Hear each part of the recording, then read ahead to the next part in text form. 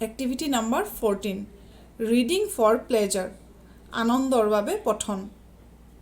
এইটো এটা সৰু সাধু হয়, তোমালোকক পঢ়িবলৈ দিয়া হৈছে। মই এবাৰ পঢ়ি দিছোঁ, তোমালোকেও পঢ়িবলৈ চেষ্টা কৰিবা। It's a hot summer day. The sun is shining bright. Everyone is feeling the heat. People are drinking coconut water, having ice cream and taking rest under the shade of a tree.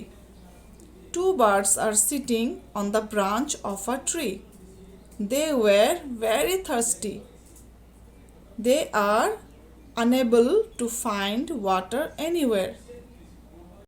Oh, I am so thirsty. Me too. People are having coconut water merrily. But we don't get even water to drink. Oh God, help us. A little girl is standing under the tree and listening to their discussion. She is feeling sorry for them and is rushing back home to bring them a bowl of water. She brings a bowl of water and places it under the tree. The birds see the bowl of water and come down and refresh themselves with that water. They are very happy and fresh now. They thank the little girl for her kindness. She goes back happily and tells her mother about the incident. Mother is very happy to hear that and appreciates her for her good deed. She tells her that people should always help others in need. কথাখিনি থুলমূলকৈ তোমালোকক বুজাই দিওঁ। এদিন গ্ৰীষ্মকালৰ এটা খুব গৰম দিনত মানুহবোৰে বহি নাৰিকলৰ পানী, আইচক্ৰীম খাই গছৰ তলত বহি জিৰাই আছিল। দুটা চৰায়ে গছৰ ওপৰত এটা ডালত বহি চাই আছিল। তেওঁলোকৰ খুব পিয়াহ লাগিছিল, কিন্তু তেওঁলোকে ক'তো পানী বিচাৰি পোৱা নাছিল। গছৰ তলত বহি থকা এজনী ছোৱালীয়ে দেখা পাইছিল। চৰাই দুটাক দেখা পাই তাই ঘৰলৈ গৈছিল। ঘৰৰ পৰা এটা বাটিত অলপ পানী আনি চৰাই দুটাক খাবলৈ দিছিল। চৰাই দুটাই পানীখিনি খাই খুব ভাল পাইছিল। তেওঁলোকে সতেজ অনুভৱ কৰিছিল আৰু ছোৱালীজনীক ধন্যবাদ জনাইছিল। ছোৱালীজনীয়ে এই গোটেই কথাখিনি মাকক কৈছিল। মাকক তেনেকৈ কোৱাত মাকে ছোৱালীজনীক খুব ভাল পাইছিল আৰু প্ৰশংসা কৰিছিল, কাৰণ তাই সেই চৰাই দুটাক পানী দিছিল, খাবলৈ সহায় কৰিছিল, আৰু এইটো এটা ভাল কাম। মাকে তাইক প্ৰশংসা কৰিছিল। তোমালোকেও এনেকৈ কাৰোবাক যদি অলপ সহায় কৰিব পাৰা, দেখা তোমালোকে নিজৰ চকুৰ ওচৰত, তোমালোকেও সহায় কৰিবা। Activity number 15. Match the words which have the same meaning. এই শব্দবিলাকৰ যিবোৰ একে অৰ্থযুক্ত শব্দ সেইবোৰ মিলাব দিছে। উলট পালটকৈ দিয়া আছে, মিলাই লিখিব লাগে একে অৰ্থযুক্ত শব্দবোৰ। এইটো লাইনত চোৱা, লেফ্ট চাইডে কি আছে? Little, happy, need, help. Right চাইডে আছে assistance, small, joyful, delighted, want. Little, লিটলটোৰ একে অৰ্থযুক্ত বা সমাৰ্থক শব্দ কি হ'ব? স্মল। লিটল মানেও সৰু আৰু স্মল মানেও সৰু। হ্যাপি, হ্যাপিৰ সমাৰ্থক শব্দ বা একে অৰ্থযুক্ত শব্দ কি হ'ব?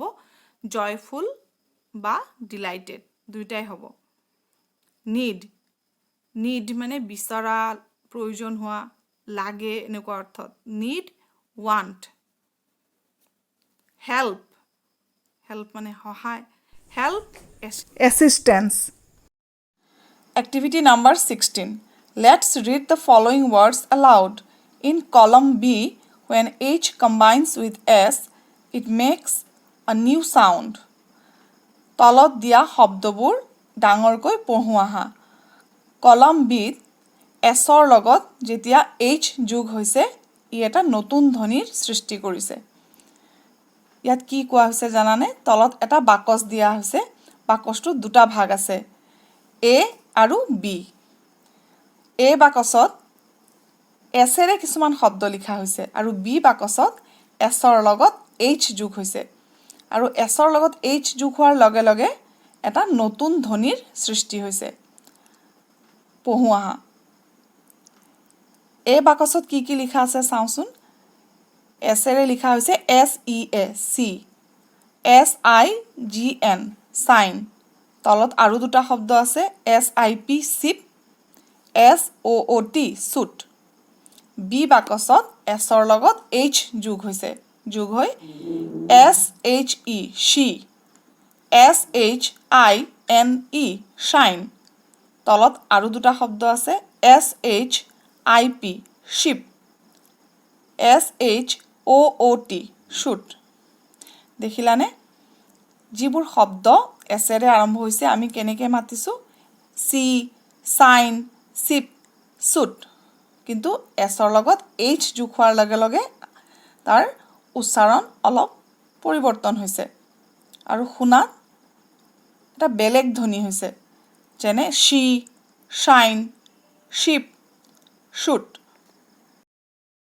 তোমালোকে বুজি পালা নহয় এছেৰে আৰম্ভ হোৱা শব্দবোৰ আমি কেনেকৈ মাতিব লাগে আৰু SH এৰে আৰম্ভ হোৱা শব্দবোৰ আমি কেনেকৈ মাতিব লাগে আহাচোন আন কিছুমান শব্দ আমি অভ্যাস কৰোঁ এই তালিকাখনলৈ চোৱা তালিকাখনৰ লেফ্ট সাইডত কিছুমান শব্দ লিখিছোঁ মই সেই শব্দবোৰ S লেটাৰটোৰে আৰম্ভ হৈছে আৰু ৰাইট সাইডে চোৱা কিছুমান শব্দ লিখা হৈছে সেই শব্দবোৰ SH এৰে আৰম্ভ হৈছে গতিকে আমি প্ৰথমতে এছেৰে আৰম্ভ হোৱা শব্দবোৰ মাতোঁ প্ৰথমতে আছে SOUP soup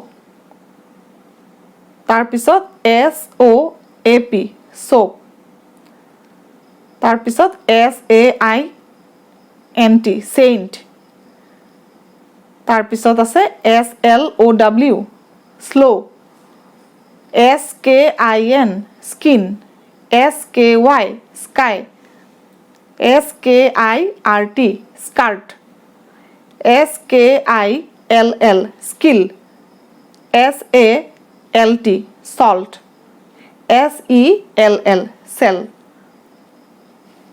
আকৌ এবাৰ মাতি দিছোঁ soup soap saint slow skin sky skirt skill salt cell এবাৰ আমি ৰাইট সাইডে থকা শব্দবোৰ মাতোঁ প্ৰথমতে আছে SHOW আমি কেনেকৈ মাতিম show তাৰপিছত SHOE shoe SHELL shell SHAWL shawl SHALL shell SHARP sharp SHIRT shirt SHIMMER shimmer SHEEP sheep এটো sheep মানে ভেড়া আৰু SHIP হেতু ship বুলি মাতিম আমি ship মানে হল জাহাজ আৰু SHEEP ship ভেড়া অলপ দীঘলকে ship মাতিম আৰু SHIP হলে ship ship মানে জাহাজ আৰু SHEEP ship মানে ভেড়া SHEET sheet দেখিলানে S থাকিলে আমি স এনেকৈ মাতিব